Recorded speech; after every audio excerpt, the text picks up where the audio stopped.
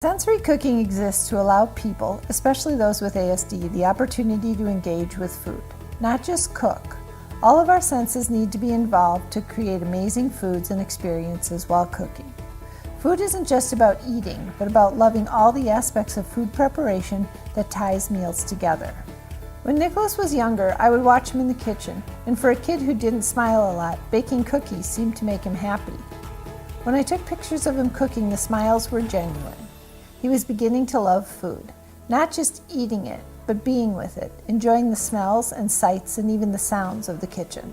Realizing that this was important to Nicholas, we started to notice other kids on the spectrum also loved cooking. We tried several ways to create cooking classes for our autism group without success. We spoke with different people who specialized in cooking classes, but they were always too busy.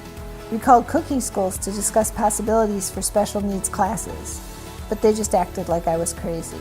That has happened more than once in our venture to create what our child on the spectrum and so many others need. In the same way, we have been creating social opportunities for the past 10 years through Kids with Autism Can. We will now be creating some awesome cooking and sensory experiences through our new business, Sensory Cooking. Sensory cooking has several different aspects with a variety of purposes. These include small social cooking groups that provide life skills and social and language opportunities. Cooking meals will bring friends and families together. My kids say I know all of their friends based on the foods they like, and it's so true. Food is a great way to get to know people and their likes and dislikes, and maybe find out how conservative or adventurous they are. Also, full-length videos give people on the spectrum language and sensory goals. The food preparation in the videos will be paced and deliberate to allow for people to follow along regardless of skill levels. Mini clips provide lots of little food ideas that do not require cooking a full meal. It's a great way to introduce new food ideas in short clips so we can start to hold people's attention if they aren't ready for a full-length recipe.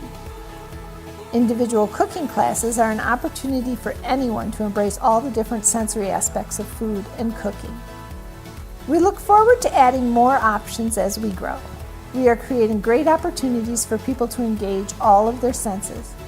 Cooking is an important life skill.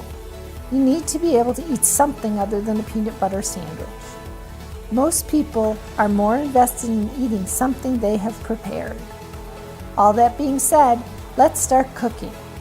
For more information, go to www.sensorycooking.net.